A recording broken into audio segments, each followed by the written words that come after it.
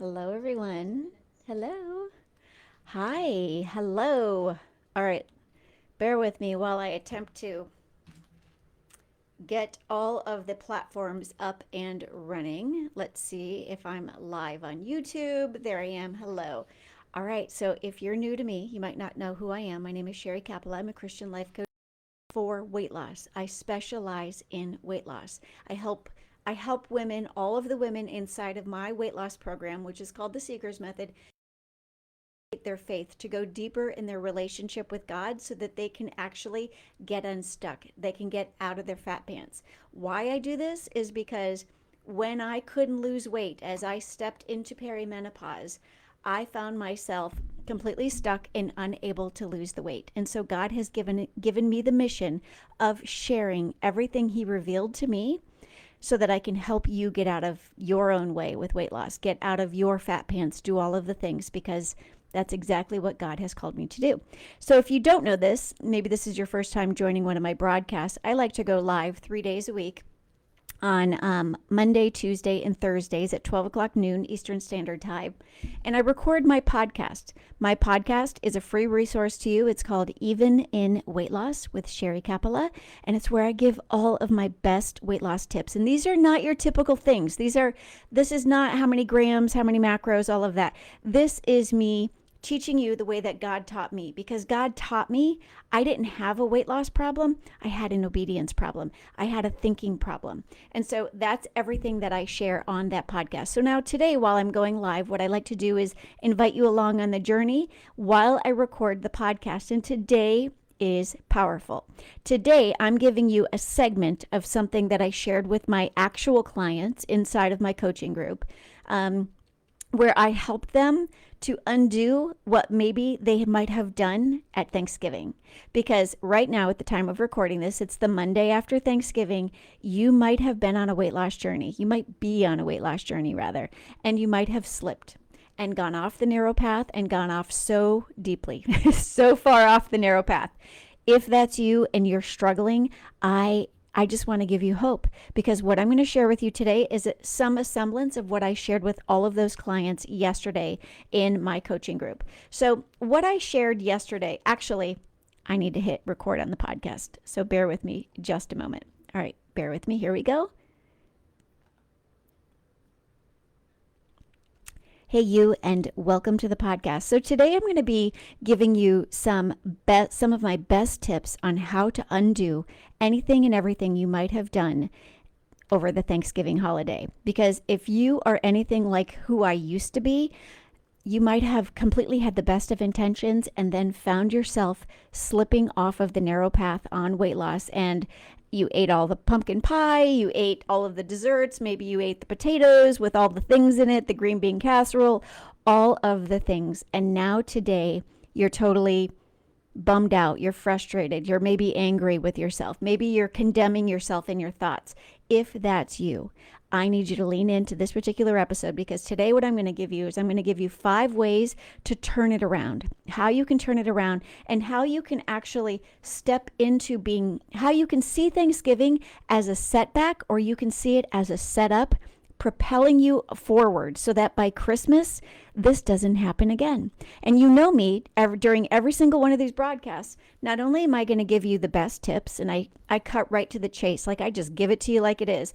Not only am I going to give you the 5 tips on how to turn things around, but I'm also going to give you at the very end, if you stay to the end, 10 things that could renew your mind, because that very likely is where your problem is. If you're anything like me, you don't have a weight loss problem. You have an obedience problem. Stay to the end. I'll give you those 10 Christian life coaching for weight loss questions that if you dare answer them and do each one, you will be setting yourself up for success. So that way you don't repeat the same error again at Christmas. Because I remember October, November, December, every single year, I would fall victim to all of the sugar. And before you knew it, come January, not only did I want to start a new weight loss program, but I was up an additional 10 pounds, 7 to 10.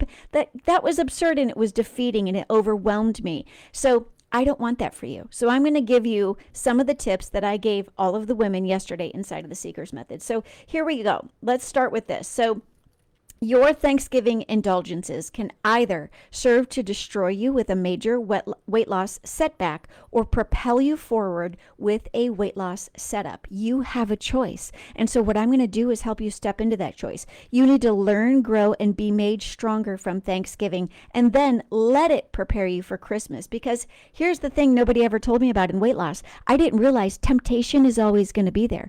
God needed to make me stronger in the face of temptation, because even after you lose all this weight, you're always going to have temptation.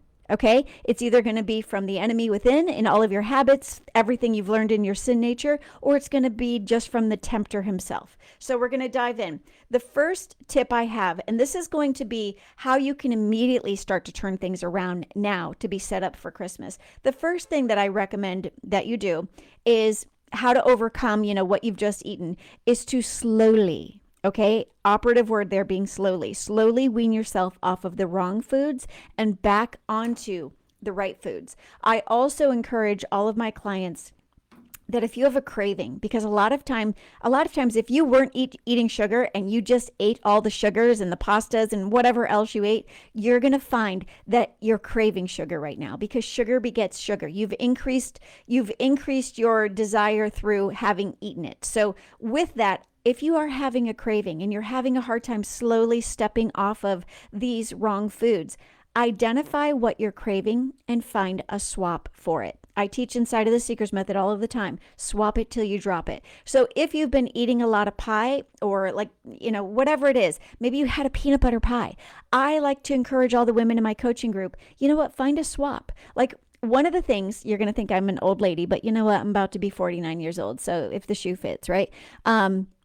One of the things that I recommend all my clients eat as a good swap is to take pitted dates and dip them in peanut butter. Girl, don't knock it till you try it, because it tastes like a Reese peanut butter cup. So find a swap. If you've been, eating the pasta, slowly wean yourself off of the pasta. Slowly start stepping into, spiralized zucchini and all of these things. Find a healthy swap. But the key here is to slowly wean yourself off of it. Number 2, increase your water and add salt to your water, especially if you're wanting to return to low carb. The salt will restore your electrolytes and it will help you to actually get back to where you want to be. But you need to increase your water, because that's going to help you actually flush out all of the stuff that you just ate. It's going to help you to feel more sated. It's going to get the toxins out of you. It's going to decrease the brain fog that you might have now as a result of having spiked your insulin.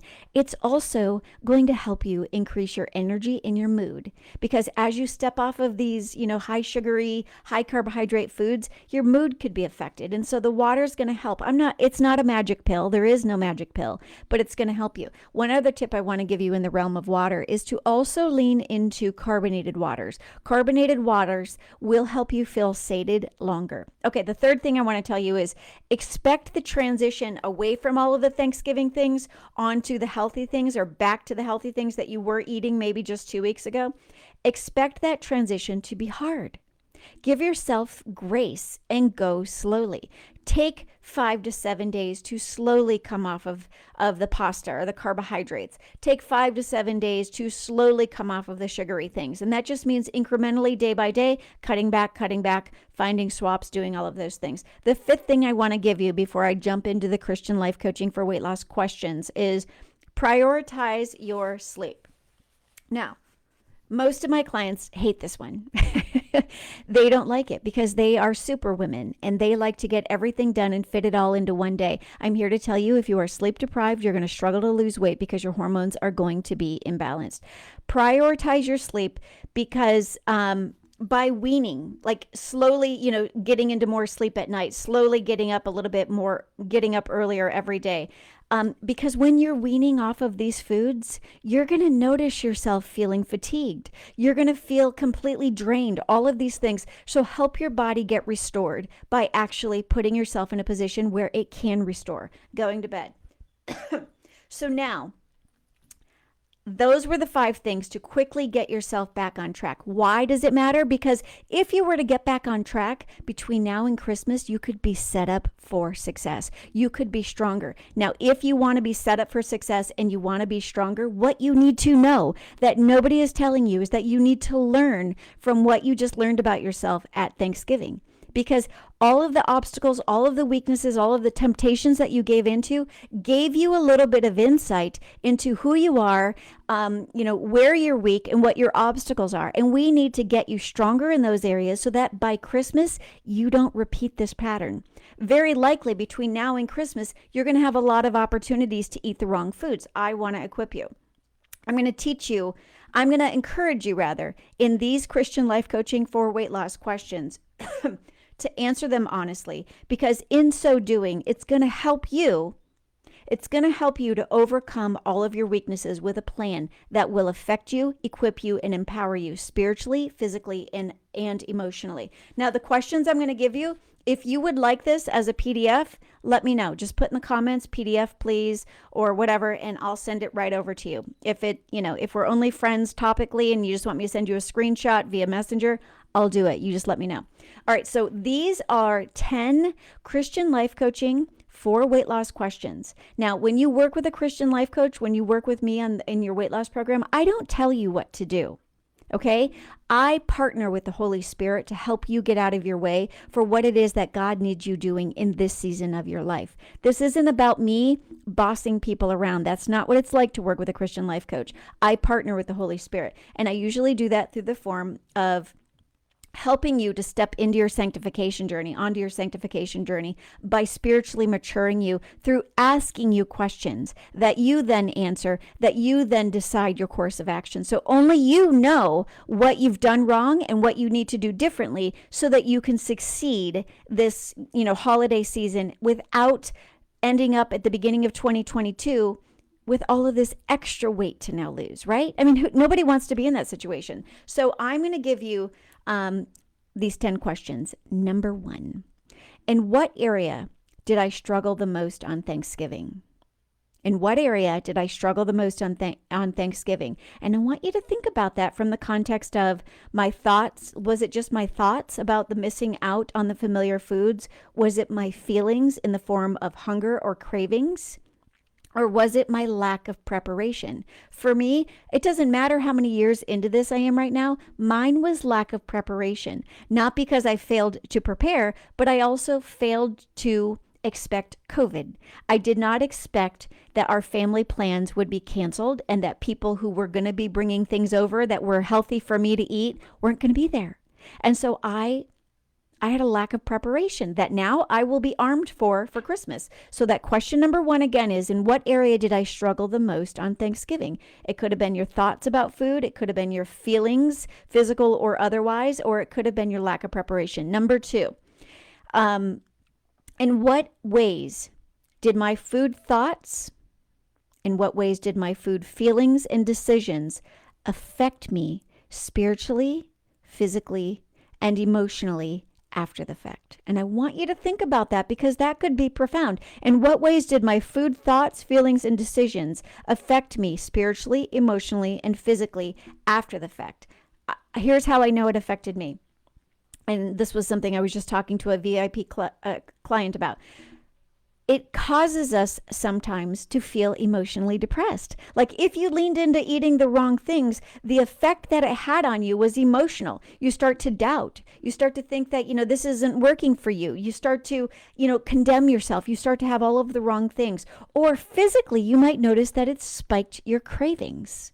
It's caused fatigue. It's caused brain fog, whatever it is. Pay attention to that. I encourage you, write down your answer. Answer that question. Number 3, what did I gain or lose because of my Thanksgiving food choices? Now, this could be profound. Maybe you gained insight that told you, you know what, I can't just wing it. I have a hard time around desserts. I can't say that I won't eat dessert at Christmas. I need to find suitable swaps. Only you know the answer. What did I gain or lose because of my Thanksgiving food choices? Number 4, we're almost done here. In what specific areas do I need to be better prepared for Christmas? In what, like, wherever you were weak or however you failed with Thanksgiving, that's your opportunity for improvement for Christmas. And something I want to say to the ladies, consider your hormones, because if it's PMS time when Christmas is coming or whenever you're going to be celebrating Christmas, prepare for that. If you're a sugar snacker at Christmas time, prepare for that by having a suitable, compliant, something that you look forward to snack, or rather dessert, for Christmas. If you're a salt person, find that salt swap, have it ready for Christmas. For just the general population, now I would encourage you to consider emotional things for Christmas. What I mean is, maybe Christmas is a time of year that you're emotional because you've lost a loved one. Plan into that. What do you need to have available to you because you've met yourself? You know you like to indulge. You like to snack. Maybe there's going to be more movies around Christmas. You know what you're doing. Or maybe emotional because somebody that you are praying to love more is coming to Christmas. And you don't want to eat the emotions, okay? You need to be equipped for that. So I encourage you to be better prepared for Christmas by thinking through these things. Number 5, we're halfway done, and then y'all are free. Thank you for joining me live, by the way. And for those of you on the replay, put hashtag replay, because, girl, I just want to reach out to you. And if there's any questions, feel free to ask. Number 5, what could happen if I don't pay attention to what I just went through? Answer that question. What could happen if I don't pay attention to what I just went through on Thanksgiving? Because Thanksgiving gave you so many clues about what you need to pay attention to for Christmas. It's showing you where your obstacles and your weaknesses are. Number 6, what do I need to start doing now to make Christmas more successful? And those 5 tips I gave you at the onset of this are the very things that will help you to be physically stronger by Christmas. Number 7, in what ways will my daily obedience to my meal plan strengthen me for success on Christmas? I mean, think about it. If you wean yourself off of sugar, you're not going to be so weak around that sugar come Christmas. I want to elaborate on this. This is something I teach all the time inside of the Seeker's Method. I can't really go into it here, but in what ways will my daily obedience to my meal plan strengthen me for success on Christmas? Number 8, in what ways could God mature me if I pay attention to what I just learned? Girl, that's what this is all about. This is your sanctification journey. This is your sanctification journey. So if you are struggling, realize that this isn't just about weight loss. This is about your spiritual, physical, and emotional maturity. God wants to prepare you, equip you, strengthen you in all of the ways, but you have to do a job. God has a role where he'll strengthen you. You have a role where you have to ask him to strengthen you, right? Like, that's the dynamic. That's the intersection of our relationship with God. All right, number 9. We only have one more after this. Did my food choice glorify my flesh or God? Think about that, because that's pretty powerful. Did my food choices, did they glorify my flesh or did they glorify God? Praise the Lord. I'm here to tell you that I'm at that point now where I don't say this to brag. I say this to give you hope. I'm at that point now that though Thanksgiving was profoundly hard for me, I feel that I glorified God this time. And I can't say that I got here overnight. I can't say that it was easy to get to this point, but what I can say is it's possible. I couldn't do it on my own. I couldn't do it through dieting. I couldn't do it through, saying no to certain foods. I couldn't do it in my will, but I did it with God. And if I can do it, you can do it. Last question, number 10. What did I just learn about myself from Thanksgiving? What did I just learn about myself from Thanksgiving? That's power. Because you just learned something about Thanksgiving. Maggie, I saw your question, beautiful. Wanted to let you know this is all in the Seeker's Method, so it's already in the group. You can go check it out there. It's yesterday's post. So what did you just learn about yourself from Thanksgiving? Because Thanksgiving is going to give you clues about where you're weak and what you need to do differently so that you don't have a repeat of this come Christmas. So now, for those of you listening on the podcast or watching on my broadcast, I encourage you, if you are struggling and you want to go through and journal these questions, shoot me an email. You can get a hold of me, coachcapella@gmail.com. Get a hold of me. Let me know that you want the holiday recovery questions. I'll send them to you. Send me a DM wherever you're watching, and I will send them to you. Otherwise, I just encourage you, if you're struggling, realize that you might not have a weight loss problem as much as you have an obedience problem. It's something I never knew. I couldn't lose weight because I couldn't stop thinking with my old sin nature, with my dieter's mentality. And it kept me stuck, and it got me increasingly further and further into wearing my fat pants. All right, so that was today's broadcast where I recorded the podcast. If you're interested in the podcast, it's called Even in Weight Loss with Sherry Capella. There's new episodes every week, 2 or 3, I think, a week. And if you're interested, as many of you know, I have a Christian life coaching for weight loss program. It's called The Seeker's Method. That program, hello Sandy, won't be open again until, well, I'll be opening the doors in December, but I have something new. Not only do I have the new workbook that's available to you, if you're planning on joining the Seeker's Method, you might want to go on up to Amazon and type in the Seeker's Method or type in Sherry Capella to get your copy today. But I have something new coming out where I'm going to be opening up a beta test. And I'm only communicating that in a few little areas. So if you're somebody who's interested in the beta test, girl, you better keep following me because I cannot wait. It was a complete God divine download for me. And I'm excited to share it with you. Again, find out more about me, sherrycapella.com, or the podcast, Even in Weight Loss with Sherry Capella. Thank you for joining live. All right. Got to turn off YouTube and all the places.